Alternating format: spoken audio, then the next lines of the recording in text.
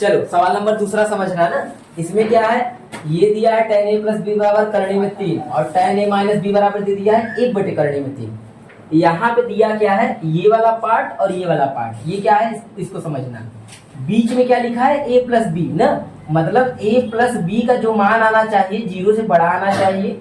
जब हम इसको हल करेंगे तो a का मान आएगा और b का मान आएगा ना। a प्लस बी का जो मान आएगा वो 0 से बड़ा आना चाहिए और 90 के बराबर हो सकता है, लेकिन अब छोटा भी हो सकता है, ठीक है ना। ये होना चाहिए 90 के या तो बराबर होगा या तो 90 से छोटा होगा a प्लस बी, मतलब a प्लस बी का मान 0 से छोटा नहीं आ सकता, 0 से जब भी आएगा बड़ा आएगा, और 90 से बड़ा नहीं आ सकता, 90 से लगभग छोटा या बराबर आ सकता है। और a का मान हमेशा जब भी आएगा b से क्या आएगा, बड़ा आएगा, ये बता रहा है। तो सवाल को हल करने में इसका कोई रोल नहीं है, हम लोग को सवाल हल करने में बस इतना का यूज करना है ना। बोला है कि a और b का मान निकालिए, आपको इन दोनों में क्या करना है, a का मान निकालना है और b का मान निकालना है। तो सुनो, सबसे पहले क्या करेंगे हम लोग, पहला वाला ये लेके चलेंगे, फिर दूसरा वाला लेके चलेंगे, दोनों से हमारा a और b का मान निकल जाएगा। सबसे पहले चलो पहला लिख लेते हैं, ये वाला ना। तो लिखो tan a प्लस b बराबर करड़ी में 3। अब यहां से समझना है तुमको जरूरी बात क्या, कि अगर इधर tan है तो तुम सोचो क्या ये tan में किस चीज का मान होता है सर, tan 30 अंश का है कि tan 60 अंश का है, किसका मान है, 60 का। ये tan 60 अंश का मान होता है क्या? तो यहाँ पे देखो tan है ना, तो उधर भी tan में ही लिखोगे, याद रखना ना। तो यहाँ देखो लिखो tan a प्लस b बराबर tan 60 अंश, क्या होगा, क्योंकि tan 60 अंश का मान ये होता है तो इसकी जगह पे ये भी हम रख सकते हैं। अब इससे हमारा फायदा क्या हुआ, ध्यान समझना, tan से tan हट जाएगा, वो कटता नहीं, वो हट जाता है ना, वो कटेगा नहीं। तुलना करते हैं तो ये कोड इस कोड की क्या हो जाता है, बराबर हो जाता है। तो ये tan से tan, तुम अच्छा माइंड में यही सोच लो कि tan से tan कट जाता है समझने के लिए, यानी हट जाता है। तो बचा क्या बताइए तो जरा, अब बताइए ये समीकरण आपका एक बन गया। Yes sir. फिर दोबारा ये वाला ले लेंगे तो इससे क्या बनेगा हमारा समीकरण नंबर 2। और जब दोनों समीकरण बन जाएगा तो हल कर देंगे बहुत आसानी से। अब लिखेंगे पुनः इस पार्ट को ले लीजिए, tan a माइनस b बराबर 1 बटे करड़े में 3।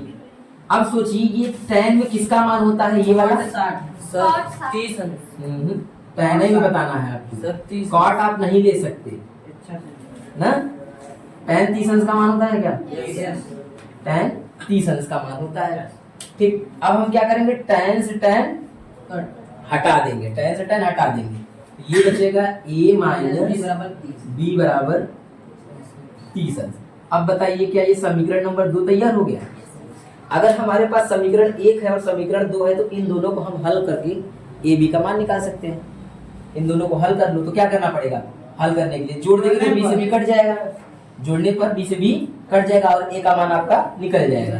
तो लिखेंगे समीकरण 1 प्लस 2 से, या आप लिख सकते हैं समीकरण 1 तथा 2 को जोड़ने पर पूरी हिंदी भी लिख सकते हैं या इतना भी लिख सकते हैं। अब देखिए क्या करना होगा, अब दोनों समीकरणों को आइए हम यहाँ पे जोड़ लेते हैं। ठीक, पहले एक बार लिख लेते हैं a प्लस b बराबर, पहला है 60 और दूसरा a माइनस b बराबर 30। a माइनस b बराबर 30। अब इन दोनों को जोड़िए, जैसे ही जोड़ेंगे a और a यहाँ पे 1 होता है, यहाँ पे 1 होता है, ये हो जाएगा 2a, b से b कट जाएगा, क्यों, एक प्लस में है एक माइनस में है, कट जाता है बराबर। इसके बाद जब इसको हम करेंगे तो ये 90 आएगा क्या, 90 डिग्री ना। अब बताओ यहाँ पे 2 गुणा में है तो उधर बटे चला जाएगा, a बराबर हमारा हो जाएगा 90 बटे 2, और इसको जब काट देंगे 90 को ये बन जाएगा आपका 45। तो a का मान हमारा मिल गया। अब हम क्या करेंगे, इस a के मान को समीकरण 1 में रखो और चाहे 2 में रखो, दोनों से ही आपका मान आएगा। लेकिन हम हमेशा बताते हैं कि समीकरण को हमेशा प्लस वाले में रखा करो ना, चाहे 1 हो चाहे 2 हो, जिसमें प्लस होता है उसमें रखने से दिक्कत नहीं आता, आसान रहता है। तो इसमें प्लस है तो प्लस वाले में रखो, मतलब समीकरण 1 में। तो लिखेंगे समीकरण 1 में ए बराबर 45 अंश रखने पर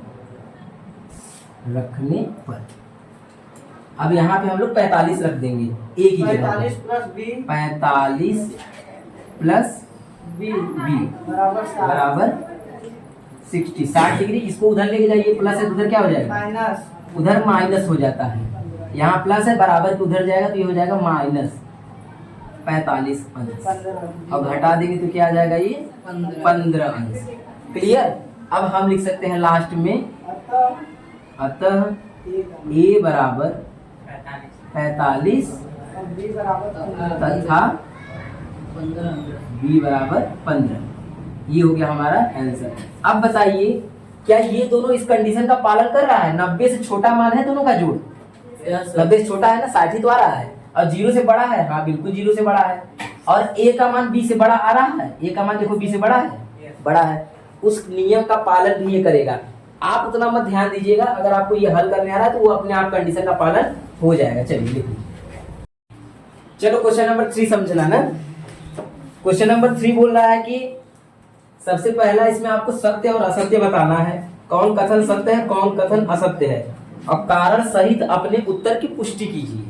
कारण सहित मतलब जो समझ में आए उसको आपको इसमें बताना है। आपको सुनिए, बोल रहा है कि साइन ए प्लस बी बराबर साइन ए और साइन बी। क्या ये साइन का अलग अलग हम लोग लिख सकते हैं? ऐसा नहीं हो सकता। क्यों? क्योंकि ये जो साइन है ये गुणा थोड़ी नहीं है इसमें, ये क्या है, ये गुणा नहीं, ये इसका पूरा कोड है। जैसे अगर हम कहें ये कैसे अगर प्रूव करना चाहे कि कैसे ये हो सकता है, देखो इस तरह से हम लोग बता सकते हैं। सुनो, मान लो कि अगर हमने ए की जगह पर अपने से ले लिया 30 अंश और बी की जगह पर ले लिया 60 अंश ना, मान लो हमने ले लिया, ठीक बराबर। तब यहां पर भी लिखो जरा, साइन 30 अंश और साइन 60 अंश। मतलब हमने क्या किया, ए और बी की जगह पर क्या लिया है, एक बार 30 और एक बार 60। अगर ये दोनों बराबर आ गया इसका मतलब ये सही होगा, बराबर नहीं आएगा तो गलत हो जाएगा। चलो इसको जोड़ो, कितना आएगा, साइन 90 डिग्री। अच्छा, साइन 30 अंश का मान कितना होता है, 1/2। साइन 60 अंश का मान कितना होता है, करड़ी में 3/2। बताइए इसका मान कितना आएगा? क्या कभी ये वाला एक आएगा? नहीं सर, ये एक नहीं आएगा। इसी से हम ये कह सकते हैं कि ये दोनों कभी बराबर नहीं होंगे। इसका मतलब पहला क्या हो जाएगा, असत्य। ठीक है, अपने से तुम कुछ भी ले लो, तुम्हारा मन करे 45-30 ले लो, जो भी मन करे, ए और बी की जगह पे रख दोगे समझ में आ जाएगा, ये बात है, इसलिए ये असत्य हो जाएगा। अच्छा, दूसरा पॉइंट क्या है? दूसरा पॉइंट देखो हम सुना रहे हैं ना, बोला है थीटा में वृद्धि होने के साथ साइन थीटा के मान में भी वृद्धि होती है। जैसे अगर हम थीटा को बढ़ाएं ना तो साइन थीटा का मान बढ़ता है, बिल्कुल बढ़ता है। कैसे बताइए आप लोग? साइन थीटा अगर 0 अंश होता है तो उसका मान कितना होता है, 1 नहीं 0 ही होता है ना। अब थीटा का मान बढ़ाओ, 0 से आगे बढ़ाओ तो क्या आएगा, 30 आएगा क्या? Yes sir. बताइए साइन 30 अंश, साइन 30 अंश का मान कितना होता है, 1/2। बढ़ा क्या, यस सर, बढ़ रहा है 0 से। तो इसी तरह से अगर हम और आगे बढ़ाएंगे तो उसका मान बढ़ता चला जाता है। इससे पता चलता है कि जब थीटा का मान बढ़ाते हैं, थीटा का मान मतलब कोण बढ़ाएंगे तो उसका मान बढ़ेगा, तो ये वाला बात क्या हो जाएगा, सत्य हो जाएगा। ठीक, आगे देखिए, साइन थीटा बराबर कॉस थीटा, ये होता है कि नहीं थीटा के किसी मान के लिए? हाँ, अच्छा तीसरा वाला सही कर रहे हैं। तीसरा वाला बोल रहा है कि थीटा में वृद्धि होने के साथ कॉस थीटा के मान में भी वृद्धि होता है। नहीं, क्योंकि जो कॉस होता है वो साइन का उल्टा होता है ना, कॉस, तो वो नहीं हो सकता। ये क्या हो जाएगा, गलत। ठीक है, अगला वाला देखिए, चौथा वाला बोल रहा है कि थीटा के सभी मानों पर साइन थीटा बराबर कॉस थीटा होता है। बिल्कुल नहीं होता। बताइए आप, थीटा का हम मान लो एक बार 30 यहाँ रख रहे हैं ना, क्या रख रहे हैं 30, और उधर भी 30 रखो जरा तो cos 30, क्या ये दोनों कभी बराबर आएगा? नहीं आएगा, ये हो ही नहीं सकता। बोल रहा है थीटा का सभी मान रखेंगे तो बराबर आएगा, नहीं आएगा, तो ये बात भी हमारा असत्य हो जाएगा। अगला क्या बोल रहा है, a बराबर 0 पर cot a परिभाषित नहीं है। आप बताइए कॉट ए मतलब कि ए की जगह पे क्या रखना है हमको? जीरो। तो कॉट जीरो अंश का मान कितना होता है? सर अपरिभाषित। कॉट जीरो अंश का मान क्या होता है? अपरिभाषित। अपरिभाषित। ये परिभाषित नहीं तो ये सत्य हो जाएगा ना। क्या हो जाएगा? परिभाषित नहीं है, क्या हो जाएगा ये? सच। सच में परिभाषित नहीं होता, मान देखोगे तो वो रहता है अनंत बना रहता है ना। परिभाषित नहीं है इसका, अपरिभाषित, क्योंकि इसका मान ये होता है ना, ऐसे समझो अनंत। ये चलिए सवाल नंबर चौथा देखिए। आपको ना चौथा में कितना सवाल है? 4 सवाल है ना? 4 सवाल है। अच्छा 5 सवाल है। तो क्या करना होगा आपको? 5 सवालों में आपको मान रखना पड़ेगा। 45 का मान, 30 का मान और 60 अंश का मान। बस आपको मान रख के जोड़ना और घटाना, यही आना चाहिए, वही करना है। समझना ध्यान से ना। 2 वैसे ही लिख लो, गुणा का चिन्ह लगाओ क्योंकि सटा हुआ है। tan स्क्वायर 45, 45 अंश का मान कितना होता है बताइए? 1। उसका कर दीजिएगा आप स्क्वायर। और जब भी ऐसा रहे तो कोष्ठक बंद करके करिएगा ना, तो ज्यादा अच्छा रहेगा, कभी गलती नहीं होगा। cos स्क्वायर 30 अंश। अब हम लोग क्या करेंगे? 30 अंश का मान कितना होता है? करड़ी में 3/2 का होल स्क्वायर कर देंगे, इसका स्क्वायर मतलब। आगे साइन 60 अंश का मान कितना होता है? करड़ी में 3/2, इसका भी क्या कर देंगे? स्क्वायर। देखिए इसको हम लोग 2 तरीके से कर सकते हैं। एक शॉर्टकट में जल्दी आंसर ला सकते हैं और एक थोड़ा सा हल कर सकते हैं। देखो ये 2 है, 2 को ऐसे ही रखो, 1 का स्क्वायर करेंगे क्या आ जाएगा? 1। अच्छा अब हमको बताओ, देखो शॉर्टकट वाला बता रहे हैं, ये वाला मान दोनों सेम है क्या पूरा? तो चाहे तो हम ऐसे ही काट दे क्या, तो 2 आंसर आ जाएगा क्या? लेकिन थोड़ा सा हल कर दो, नहीं तो एग्जामिनर सोचेगा बेचारा कि इतना शॉर्टकट में करोगे तो नंबर कैसे देंगे। ठीक है, स्क्वायर से करनी हट जाएगा, क्या बच जाएगा? 3। स्क्वायर से 2 का क्या हो जाएगा? 4। स्क्वायर से करनी हट जाएगा 3/4। अब हम लोग काट दो, ज्यादा अच्छा रहेगा। देखो ये वाला इससे घट के 0 हो जाएगा, तो वो खत्म हो जाएगा। 2 का 1 में गुणा करो कितना आएगा? 2। एक स्टेप इसको भी लिख दिया जाए 0, फिर अगले स्टेप में क्या लिख दो? 2। और सब में क्या लगा देना? बराबर।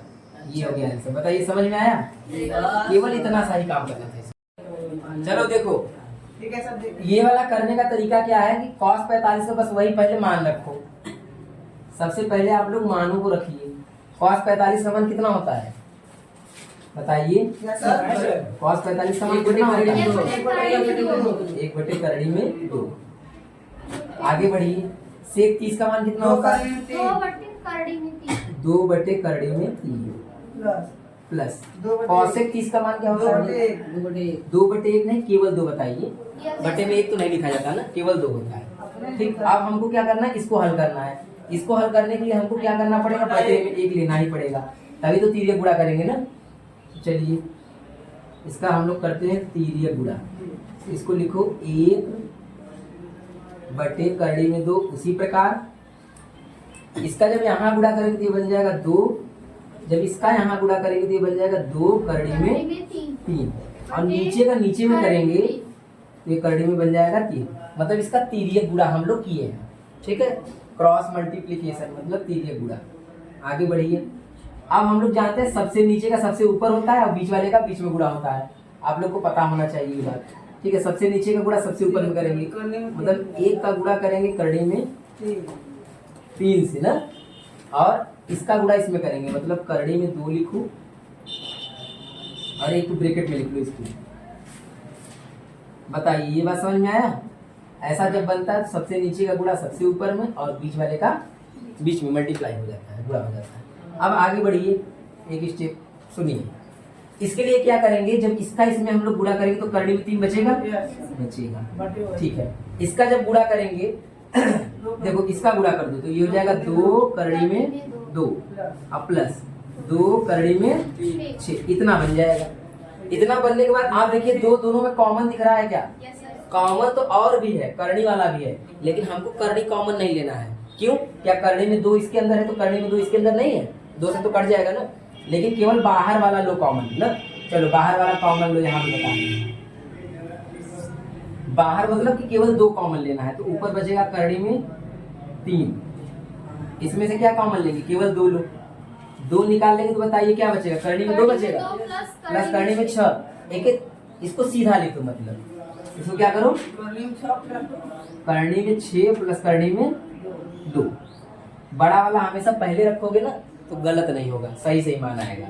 चलिए अब क्या करना होता है, आंसर तो इतना आ चुका है, लेकिन हमारा आंसर ये बोलता है कि कभी भी नीचे करड़ी नहीं बचना चाहिए।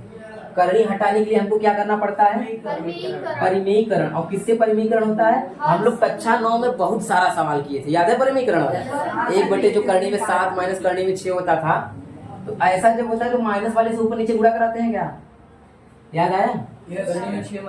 अगर प्लस में रहता है तो माइनस वाले से परिमेयीकरण होता है, परिमेयीकरण जो हम लोग गुणा करा देंगे। जब भी नीचे माइनस रहेगा तो प्लस वाले से गुणा होता है, प्लस रहेगा तो माइनस वाले से गुणा होता है, ठीक है, दोनों ऊपर नीचे वही सेम होना चाहिए। इससे जब इसमें गुणा कराएंगे तो 3 छक 18 हो जाएगा क्या,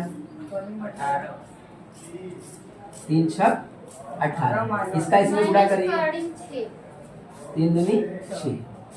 चलिए आगे बढ़िए। 2 जब भी ऐसा बनता था तो हम लोग ये भी हम लोग पढ़े थे कि a square minus b square बन जाता है क्या, एक कोष्टक में a प्लस बी, एक कोष्टक में a माइनस बी। तो पहले का स्क्वायर एक बार कर देंगे, मतलब करनी में 6 का स्क्वायर, माइनस का चिन्ह लगाओ और करनी में 2 का स्क्वायर, ऐसा हम लोग पढ़ चुके हैं, ठीक है। इन दोनों का जब प्लस माइनस होता है तो स्क्वायर स्क्वायर बन जाता है माइनस के साथ। अच्छा 18 को जब करनी में से निकालोगे तो बताओ 18 9 दूनी 18 होता है क्या, 9 दूनी, तो 9 तो 3 बन के बाहर निकल जाएगा, 18 में से 9 क्या बन के निकल जाएगा बाहर, और बचेगा क्या करनी में 2। ये हो गया। 6 तो नहीं निकल पाता, 6 वैसे ही रहेगा, इसको करिए 2 वैसे ही रहेगा, स्क्वायर से करनी हट जाएगा तो 6 बचेगा, स्क्वायर से करनी हट जाएगा तो 2 बचेगा। आगे ये 3 करड़ी में 2, उसी प्रकार से करड़ी में 6, और इसको घटा दीजिए, घटाएं कितना आएगा, 4 आएगा क्या ना, 4 आएगा, 6 में से 2 घटा 4 और 4 दूनी 8, यही होगा आपका आंसर। करड़ी में 6 और नीचे क्या आएगा, आप थोड़ा सा ध्यान दीजिएगा यहाँ पे ना, ये 18 जो निकाले हैं, जिसको जिसको समझ में ना आया हो सुनो, जिसको जिसको 18 ना निकालने आया हो सुनो, 2 से काटेंगे कितना आएगा 9, फिर 3 से काटेंगे तो 3 से काटेंगे तो 1। बताइए 3 का जोड़ा बना, जो जोड़ा बनता है वो करनी में से निकल जाता है बाहर, तो 3 का जोड़ा बना, हमने 3 18 में से निकाल दिया बाहर, और 2 का जोड़ा नहीं बना तो 2 करनी के अंदर ही रह गया, ऐसे ही लिखा जाता है, लिख लीजिए।